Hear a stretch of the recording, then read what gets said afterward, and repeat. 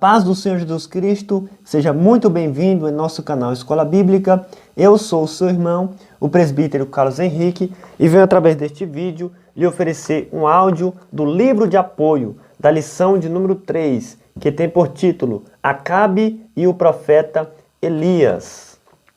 Estamos estudando o tema geral, o plano de Deus para Israel em meio à infidelidade da nação, as correções e os ensinamentos divinos no período dos reis de Israel. Se você está aqui pela primeira vez em nosso canal, se inscreva, deixe também o seu like, porque toda semana estamos postando vídeos aqui, os comentários das lições e também o áudio do livro de apoio, como estamos fazendo agora, que é de suma importância para os professores e alunos da Escola Bíblica Dominical. Amém? Que Deus abençoe a todos e vamos para a lição. O reinado de Acabe iniciou-se com a morte do seu pai, Omri, que iniciou uma dinastia no reino do norte de 4 governantes, uma das mais longas deste reino. Acabe foi o 7º rei de Israel e reinou durante 22 anos. Durante o seu reinado, teve embates com 2 profetas, Elias, como veremos adiante, e Micaías. Acabe foi hostil a ambos, pois a sua idolatria e fracassos espirituais suscitaram várias profecias de Jeová contra ele e a sua esposa. Acabe chegou a afirmar que odiava Micaías, pois só lhe profetizava mal. Na profecia em que Micaías afirmou que Acabe perderia a guerra e seria morto, este mandou lançá-lo na prisão e sustentá-lo com pão e água. Temendo o cumprimento da profecia, Acabe entrou disfarçado na batalha, porém foi atingido por uma flecha perdida. Ele morreu naquele mesmo dia, e o seu sangue foi lambido pelos cães, conforme a profecia de Elias. Durante o seu reinado, Acabe fez escolhas que impediram as bênçãos de Deus sobre a sua vida e que comprometeram seu reinado. Mas o seu principal erro foi ter deixado por completo o seu temor ao Senhor. Por isso ele foi considerado o pior rei de Israel, mais do que todos os que o antecederam. 1 Reis 16:33. Além da desobediência instalada no seu coração pela sua ascendência idólatra, Acabe casou-se com Jezabel, que o levou a mais caminhos de desobediência, que por fim levaram a uma seca em Israel e ao seu encontro derradeiro com o profeta Elias, que tentou dissuadir o rei e a rainha dos seus maus caminhos. A péssima influência desse casal, Acabe e Jezabel, perdurou por vários sucessores do trono de Israel, e também, além de Elias e Micaías, foram condenadas por Oséias e por Miqueias. Tópico de número 1. O casamento de Acabe com Jezabel. Número 1. Consequências de escolhas mal feitas. A confiança de Acabe, ao invés de ser depositada em Deus, foi feita nas alianças pagãs e nos acordos diplomáticos do seu pai Omri, o que foi o seu erro, fazendo-o ir atrás dos falsos deuses. Acabe foi um dos piores reis de Israel, pois induziu o povo a aprofundar-se ainda mais no pecado da idolatria, mais do que já haviam sido levados pelos reis anteriores. Apesar de o escritor bíblico retratá-lo de maneira idólatra no seu reinado, como de fato era, Israel teve relações políticas e comerciais favoráveis com alguns povos vizinhos, o que trouxe relativa prosperidade, casando-lhe com Jezabel. Favoreceu relações com os fenícios. Além disso, construiu e fortificou muitas cidades, inclusive Jericó. Cobrou tributos de Moabe e manteve uma política de amizade com Judá, casando a sua filha Atalia com Jeorão, filho de Josafá. Durante o seu reinado, ocorreu a seca de 3 anos, vaticinada por Elias em consequência da desobediência que trouxe muita carência de alimentos em Israel. Acabe cometeu o erro, certamente o pior, de casar-se com uma princesa do vizinho reino da Fenícia, Tiro e Sidom, chamada Jezabel. O casamento com mulheres não israelitas era proibido pela lei mosaica. Além disso, esse casamento ainda foi celebrado diante de Baal, pelos sacerdotes desse Deus. Essa união trouxe a ruína moral, espiritual e social do Reino do Norte, fazendo com que Samaria fosse transformada no centro religioso, principal de adoração a Baal e a Zera. Jezabel era devota desses dois deuses, que eram adorados pelos povos vizinhos de Israel, cuja adoração envolvia todo tipo de orgias e rituais hediondos. Jezabel instigou a maldade de Acabe a ponto de ele vender a sua alma para fazer tudo aquilo que Deus não se agradava. Número 2. A rainha perversa. A rainha pagã Jezabel promoveu todos os tipos de luxúria, excessos de rituais, feitiçarias, paganismo, sincretismo, prostituição e homossexualismo em nome da religião, com a participação de Acabe, dos profetas e dos sacerdotes e sacerdotisas. Por isso a Bíblia chama de prostituta. Ela era uma cortesã sagrada, cheia de toda astúcia, maligna e artifício perversos que lhe garantiam a perpetuação do poder, mas que não a impediram de escapar da justiça divina, como veremos.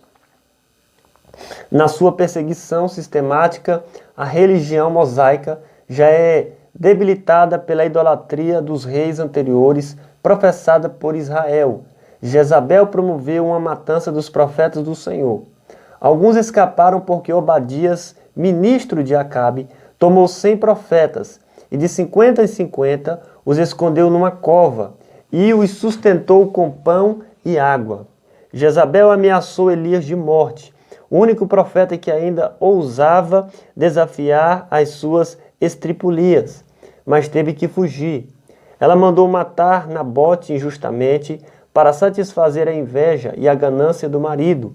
Por não conhecer o Deus de Israel, era uma mulher perversa e má, a tal ponto de ser usada como um modelo na Bíblia de maldade e as suas consequências. Essa postura de Jezabel fez com que, pela primeira vez em Israel, o culto a Jeová fosse banido e substituído oficialmente pelo paganismo, sem permissão de coexistência. Apenas Elias desafiou corajosamente a idolatria. Além das idolatrias oficializadas, Acabe quis negociar uma vinha que pertencia a Nabote, como herança de família. Porém, era costume em Israel respeitar a herança dos pais e nunca se desfazer dela. E isso como um sinal de respeito para com a memória dos antepassados. Como Nabote preferiu honrar a memória dos pais, ele negou-se a trocar a sua vinha, e isso desagradou a Acabe, que se deitou na sua cama numa atitude autopiedosa, chamando a atenção de Jezabel, que imediatamente tomou as providências para matar Nabote e tomar-lhe a vinha, tramando uma falsa acusação contra ele para satisfazer a tristeza do rei. Esse episódio demonstra como Jezabel tinha autoridade e domínio sobre Acabe e no reino, bem como expõe a personalidade mimada do rei, que reagiu como uma criança diante da negativa de Nabote. As atitudes infantis de alguém podem ocasionar sérios prejuízos para as pessoas que dependem dela.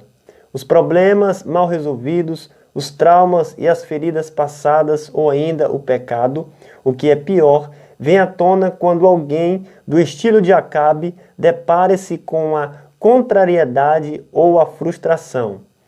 No momento em que Acabe estava tomando posse da vinha de Nabote, a palavra do Senhor veio a Elias numa terrível mensagem de como seria o final de Acabe e Jezabel. A medida da ira de Deus encheu-se contra esse casal que zombou dele e da sua lei durante todo o reinado, que além da idolatria agiram com muita injustiça para com Nabote, acusando-o de algo que não fez. Vejam que agora Jezabel, que nem adorava a Jeová, ousou o nome de Deus em vão, como se cresce nele, solicitando que caluniasse Nabote em nome de Deus. Para fazer o mal, ela importava-se em cumprir a lei mosaica, pois para matar Nabote, levantaram-no para fora da cidade e apedrejaram-no, como manda a lei. Levítico 24:16. Quando a infâmia impõe-se na vida de algum líder, até mesmo negociar vidas e obedecer à Bíblia para fazer o mal em nome de Deus, torna-se válido. Por esse motivo, Reimer escreve que o que se produz pela voz profética é justamente a mescla, a interconexão entre crítica social e reflexão ética e teológica. Essa premissa profética básica está presente na vida de Elias, como o grande profeta do Antigo Testamento. O trágico fim de Jezabel foi profetizado por Elias, o que certamente foi uma das profecias mais duras para uma rainha. Ela não seria sepultada, mas seria devorada pelos cães, pois a sua maldade foi abominável diante da perfeita justiça de Deus. Somente o seu crânio sobrou, com as suas mãos e os seus pés inteiros. Apesar de toda a misericórdia de Deus tem, há um limite quando a zombaria, a apostasia e especialmente a injustiça para com aqueles que não podem defender-se tornam-se insuportáveis diante daquele que é santo. Tópico de número 2. A previsão da seca. Número 1. O profeta Elias. Deus levantou Elias como um grande profeta num período muito difícil em Israel, quando a apostasia e a idolatria haviam tomado proporções inimagináveis, especialmente sob a influência de Jezabel. A Bíblia omite-se, assim como faz com Melquisedeque, de mencionar a ascendência de Elias ou outra informação quanto ao seu chamado ou passado, provavelmente por este ser de família simples e sem importância história para Israel. Tudo indica que não deixou nenhum texto escrito pelo mesmo motivo. Ele, no entanto, é o maior profeta oral da Bíblia. O texto bíblico simplesmente afirma que ele era de Tisbe de Gileade. A sua principal missão era combater o culto a Baal, e o significado do seu nome indica isso. Jeová é Deus.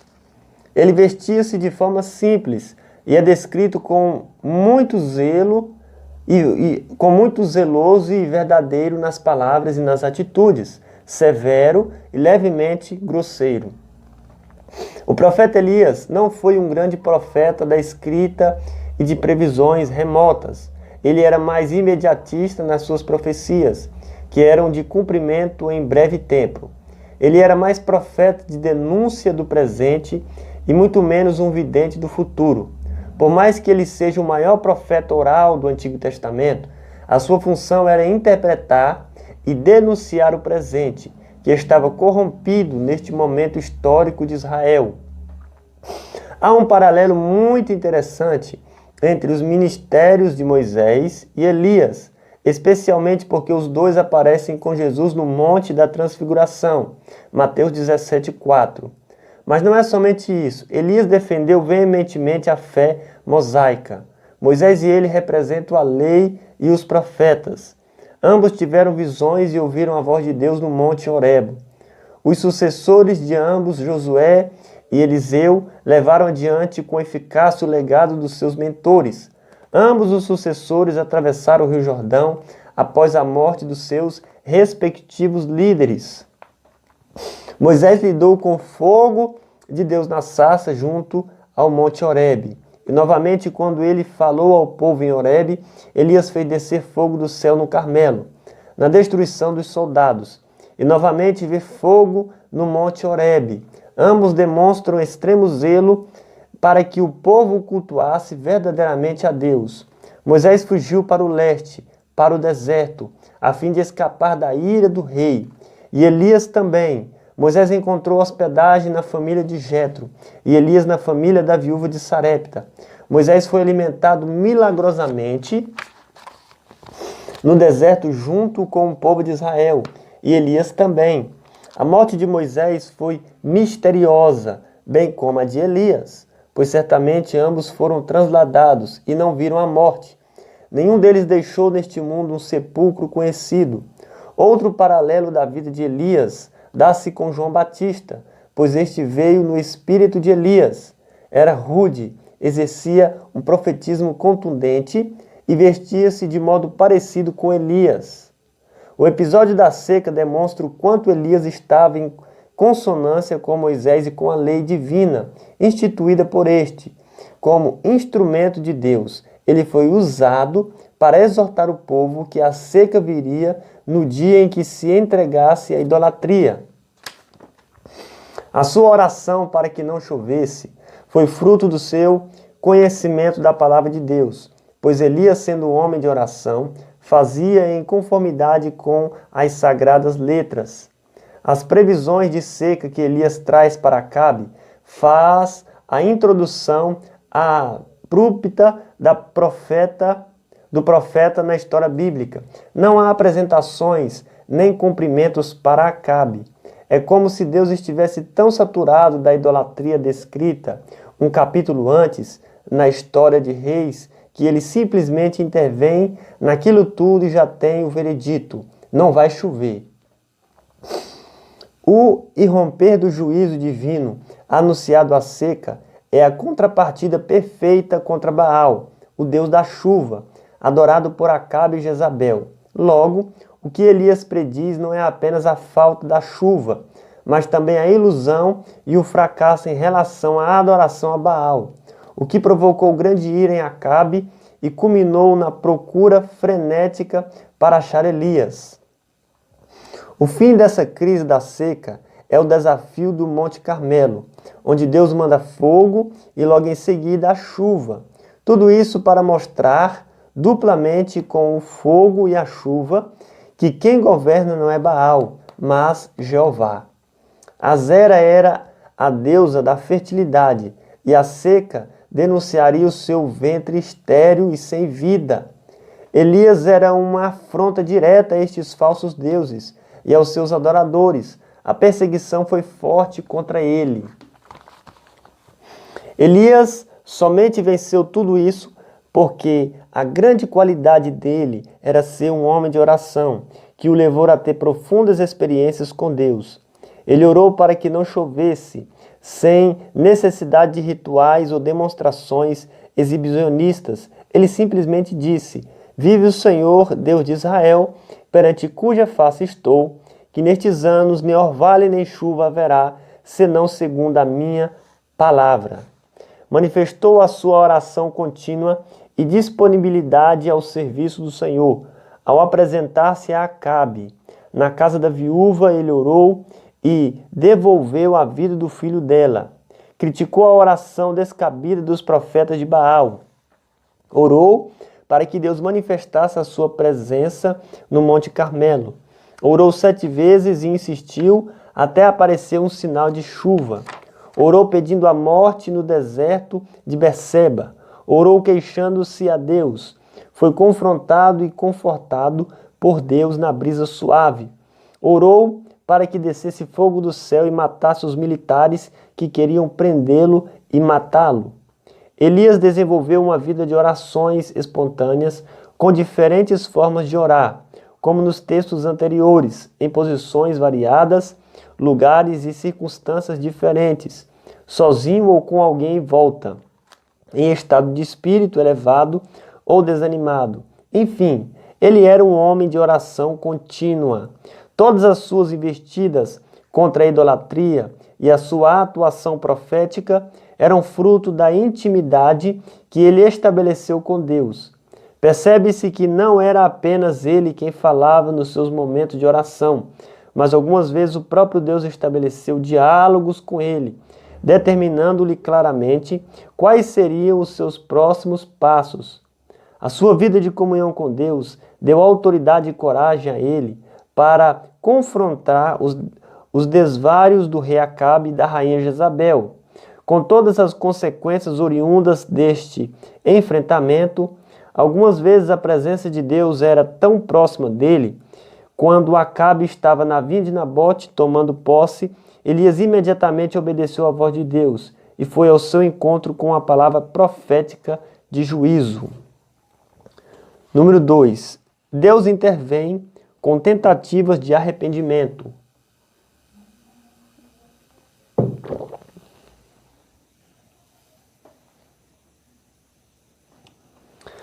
Além da advertência severa de Jeová contra Acabe, por causa da vinha de Nabote, por causa das atrocidades, perversidades e desobediência e idolatria praticadas, Acabe provocou a ira de Deus.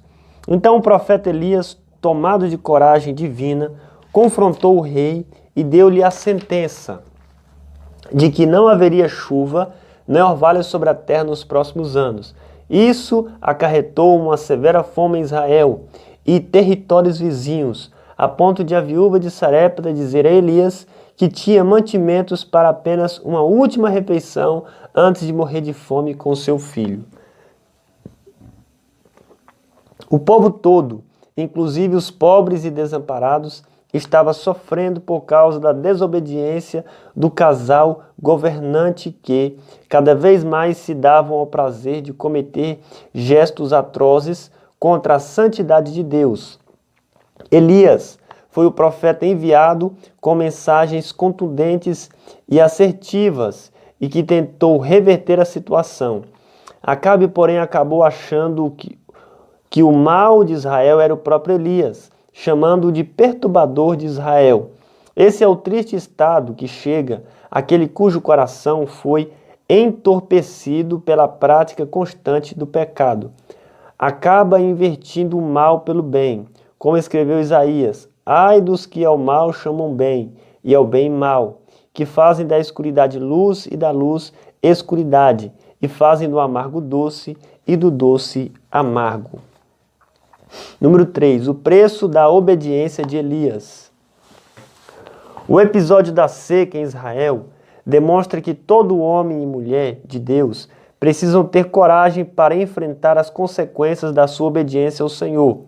No caso de Elias, foram ao menos duas consequências graves. Primeiro, ele teve que fugir de Acabe e Jezabel, que o ameaçaram de morte. O próprio profeta teve que arcar com as consequências da fome, sendo alimentado por corvos e bebendo água da fonte até secar, e mais tarde depender de uma pobre viúva. Entretanto, apesar das provisões pelas quais o profeta passou, a bondade e o cuidado de Deus sempre o acompanharam, pois ele foi aumentado por corvos com pão e carne 2 vezes ao dia. Ver os animais obedecendo a uma ordem de Deus para trazer-lhe comida foi uma grande experiência para Elias. Quando a água do ribeiro de Querite secou-se, Deus deu ordens ao profeta que procurasse a viúva de Sarepta, que o sustentaria.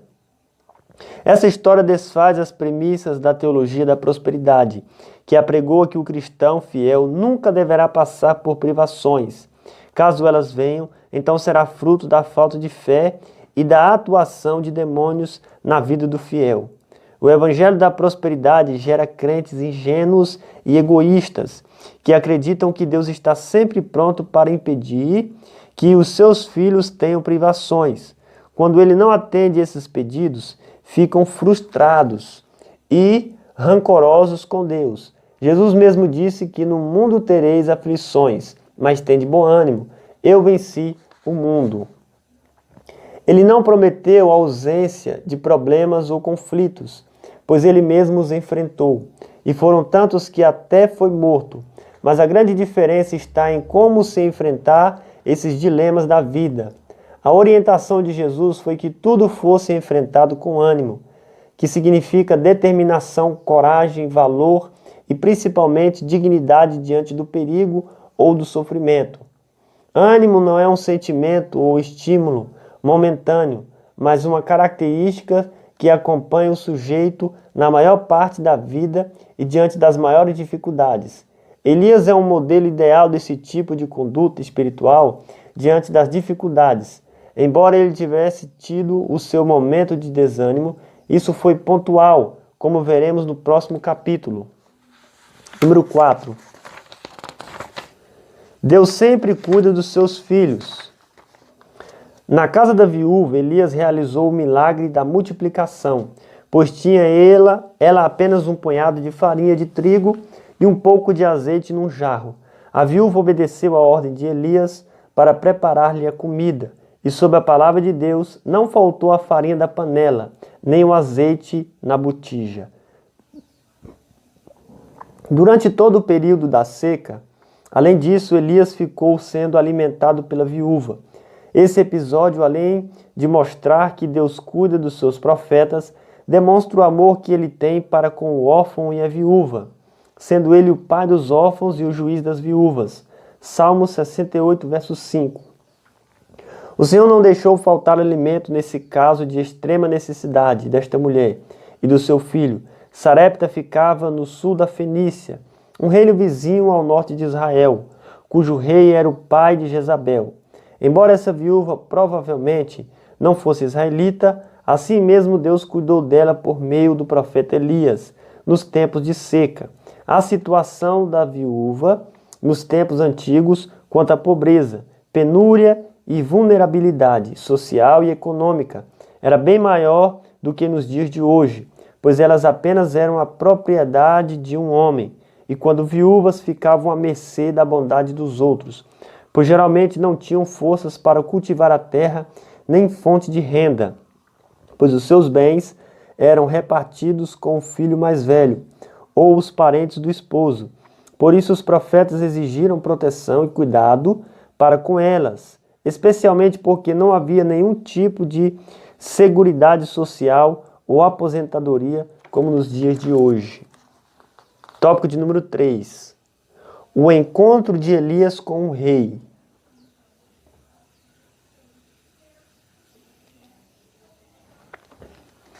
Existem muitos profetas palacianos, daqueles que comem na mesa do rei e que só falam aquilo que agrada ao rei.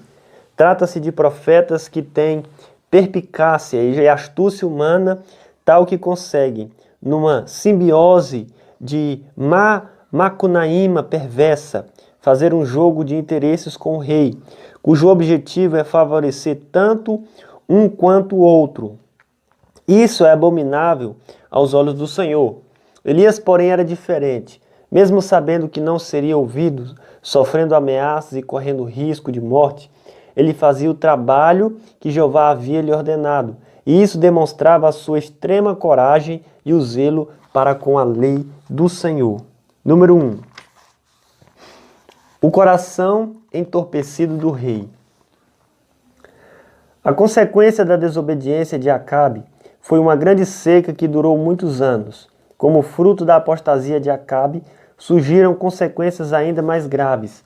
A total falta de discernimento espiritual para perceber o que Deus estava fazendo por meio do profeta e ainda a impossibilidade de arrepender-se, mesmo com todas as evidências que apontavam para o fato de o rei ser o culpado de todos os males que estavam acontecendo. A primeira palavra que o rei dirigiu a Elias é de acusação, atestando para a sua falta de discernimento. O seu coração havia se endurecido de tal forma por causa da constante recorrência no mesmo pecado, que já não havia mais jeito para o rei. Tornou-se, portanto, impossível ele voltar atrás e rever o seu deplorável estado espiritual. Pode-se traçar um paralelo entre as histórias proféticas de Elias com Acabe e a de Natã com Davi. Em ambos os casos, houve pecados graves da parte dos dois reis, só que a grande diferença estava na resposta que eles deram para Deus quando foram confrontados. Embora Elias fosse mais contundente que Natã na abordagem, Elias foi direto e claramente ao assunto, expondo a situação de maneira grave. Davi, um homem segundo o coração de Deus, rendeu-se em completo arrependimento e obediência ao Senhor. Já Acabe endureceu-se ainda mais, e o seu pecado só aumentou. Nos dois profetas, Elias e Natã, estão presentes grandes doses de coragem para enfrentar o poder real, com consequências concretas de morrer por causa das mensagens que eles entregaram. Número 2. Sequidão espiritual do rei. Sempre que alguém se torna um contumaz pecador, a tal ponto de não conseguir mais discernir o seu próprio coração, como foi no caso de Acabe, uma consequência espiritual grave que acontece é que sobrevém uma grande seca espiritual. E não somente o apóstata sofre as consequências, mas também todas as pessoas que dependem dele. No caso de Acabe, todo Israel sofreu as consequências da seca. A seca espiritual levou o povo a ficar dividido entre dois pensamentos, tentando agradar a Deus e a Mamon. No caso de Israel, a Baal.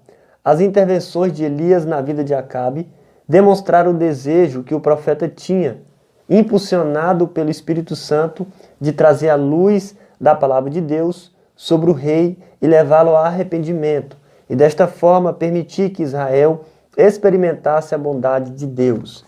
Que Deus abençoe a cada um de vocês. Se o Senhor nos permitir, estaremos aqui postando a lição de número 4. Elias e os profetas de Azera e Baal. Se você não se inscreveu em nosso canal, se inscreva, deixe o seu like também. Amém? Que Deus abençoe a todos em nome de Jesus.